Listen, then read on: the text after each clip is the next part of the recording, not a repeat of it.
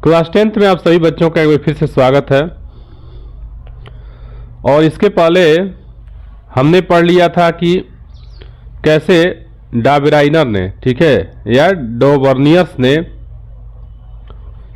Triad rule कैसे दिया था, ठीक है, और क्या था उनका ट्रायड रूल और कैसे यह हेल्पफुल हुआ और क्यों आज तक हम इसको पढ़ते हैं।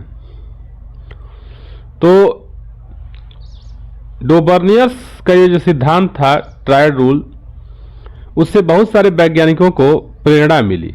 ठीक है, मैं बताया था कि कोई भी जो काम होता है उसकी स्टार्टिंग थोड़ा सा क्या होती है, टफ होती है, क्योंकि एक अलग थिंकिंग होती है और ये क्या कर सकता है, क्रिएटिव माइंड ही कोई कर सकता है। तो इनका एक क्या था, एक क्रिएशन था, एक अलग सोच थी और ये जो सोच थी वो एक नई क्रांति ला दी, एक रिवॉल्यूशन ला दी, जिसके कारण बहुत सारे वैज्ञानिक क्या हुए, प्रभावित हुए। न्यूलैंड एक उसी वैज्ञानिकों में से एक थे जो डाबराइनर के प्रयासों को थोड़ा सा और उन्होंने क्या किया, आगे बढ़ाया। उसने क्या किया, उस समय के जितने एलिमेंट ज्ञात थे, यानी उस समय जितने एलिमेंट खोजे जा चुके थे, उन सारे एलिमेंट को स्टडी करने के बाद उन एलिमेंट को उनके एटॉमिक वेट के इंक्रीजिंग ऑर्डर में व्यवस्थित करने का प्रयास किया, रखने का प्रयास किया। और उसने देखा कि जैसे ही इन एलिमेंट को उनके एटॉमिक वेट के इंक्रीजिंग ऑर्डर में रखते हैं तो हर 7 एलिमेंट के बाद, जैसे देख लीजिए, hydrogen, lithium, beryllium, boron, carbon, nitrogen, oxygen, ठीक है, हर 7 एलिमेंट के बाद 8वां जो एलिमेंट होता है वह पहले एलिमेंट के जैसा ही प्रॉपर्टी शो करता है। इन्होंने इन एलिमेंट को म्यूजिक के जो नोट्स होते हैं उनसे कंपेयर किया। हम जानते हैं कि म्यूजिक में क्या होते हैं, 7 नोट्स होते हैं, सारे, गामा, पा, धा, नी। इसी को हम अपने वहाँ भारतीय जो हमारी संस्कृति है, भारतीय जो हमारी म्यूजिक सिस्टम है,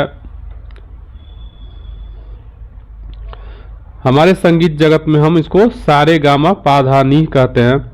वही इंग्लिश जो लोग हैं उसको डोरे, मी, फा, सो, ला, टी इसको कहते हैं। तो हम यहाँ से अगर शुरुआत करते हैं, कहीं से भी शुरुआत करते हैं, जैसे यहाँ हाइड्रोजन से शुरुआत अगर करते हैं तो हाइड्रोजन को अगर हम 1 यानी फर्स्ट एलिमेंट मान लेते हैं तो जो फ्लोरीन होगा वो क्या होगा, 8वां एलिमेंट होगा। ठीक है, hydrogen first, lithium second, beryllium third, boron fourth, carbon fifth, nitrogen 6th, oxygen 7th और फ्लोरीन जो है वो 8th एलिमेंट हो जाएगा। तो हम देख रहे हैं कि जो फ्लोरीन है यानी 8th एलिमेंट है वह हाइड्रोजन के जैसा ही क्या करेगा, व्यवहार शो करेगा। इसी तरह से लिथियम, तो लिथियम को अगर हम फर्स्ट एलिमेंट मान लेते हैं तो फिर हमारा सोडियम जो होगा वो क्या होगा, वो 8th एलिमेंट होगा। ठीक है, वो 8वां एलिमेंट हमारा हो जाएगा। इस तरह से कोई भी एलिमेंट जिसको हम फर्स्ट एलिमेंट मानते हैं उसके बाद हर 8वां एलिमेंट होगा जो इन्होंने जो पीरियोडिक टेबल इन्होंने बनाया था अपना, उसके अकॉर्डिंग हर 8th एलिमेंट क्या होगा, फर्स्ट एलिमेंट के जैसा ही व्यवहार शो करेगा। और इनका मानना था कि भविष्य में और कोई एलिमेंट नहीं मिलेंगे। ठीक है, उस समय लगभग 56 एलिमेंट ज्ञात थे और उन्होंने कहा कि प्रकृति में 56 एलिमेंट ही केवल विद्यमान है, इसके बाद भविष्य में कोई भी एलिमेंट नहीं मिलेगा। लेकिन बाद में जब एलिमेंट खोज लिए गए, ठीक है, और भी एलिमेंट जब मिलने लगे, जैसे मान लीजिए कि डी ब्लैक के एलिमेंट हैं, जो हैवी एलिमेंट जब मिलने लगे, हायर एटॉमिक वेट वाले एलिमेंट जब मिलने लगे, तो इनकी जो थ्योरी थी अष्टक रूल उनका क्या होने लगा, फेल होने लगा। हालांकि इनका ये प्रयास था, ऑक्टेव्स रूल कहते हैं इसको, न्यूलैंड्स ऑक्टेव्स रूल। ये जो प्रयास था वो भी क्या था, एक अलग प्रयास था, क्योंकि ट्रायड्स रूल जो डोबर्नियर्स ने दिया था, उसने क्या किया था, एक ग्रुप का फॉर्मेशन किया था, वर्टिकल कॉम्बिनेशन उन्होंने लिया था, वर्टिकल एक रिलेशन बनाने का प्रयास किया था।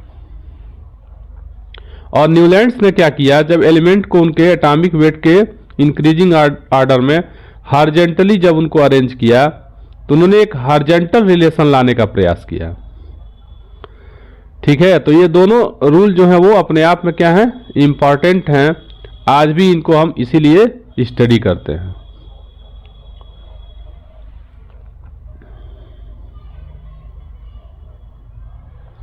नोबल गैसों की खोज के पश्चात क्या हो गया, ऑक्टेव्स रूल थोड़ा सा इनका डाउन हो गया, क्योंकि नोबल गैसों के लिए इन्होंने कोई कॉन्सेप्ट नहीं दिया था। आप देखिए इसमें, तो ये भी एक क्या था, इनके डाउन होने के लिए ये भी क्या था, एक रिस्पॉन्सिबल कारण बना।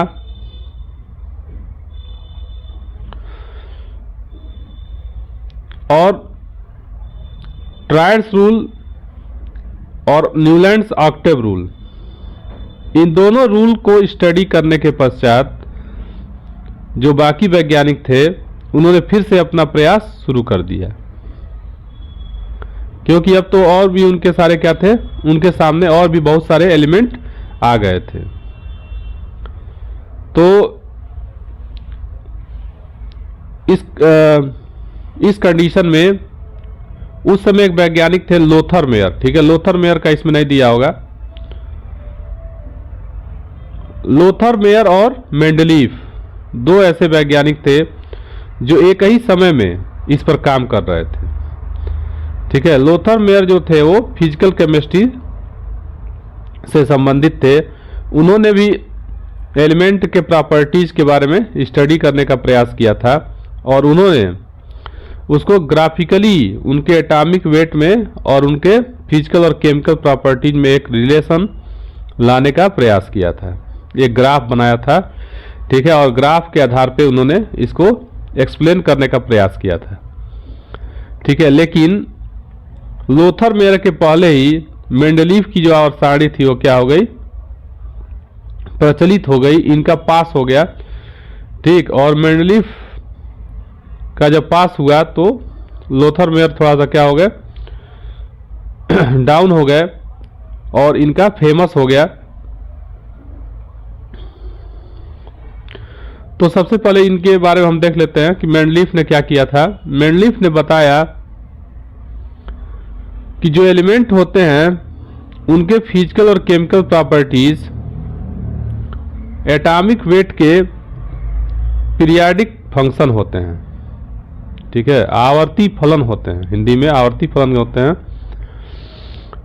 और इसी चीज को हम कह सकते हैं इंग्लिश में, the physical and chemical properties of element are periodic function of their atomic weights. तो इन्होंने क्या किया, अपने पीरियाडिक टेबल में एक पीरियाडिक टेबल का निर्माण किया, और थोड़ा सा इनके बारे में हम देख लेते हैं। मेंडलीफ का जन्म 18 फरवरी 1834 में रसिया में हुआ था, और इनकी जो पढ़ाई थी इनके मां के प्रयास के कारण सफल हुई। विश्वविद्यालय में इनका प्रवेश हुआ।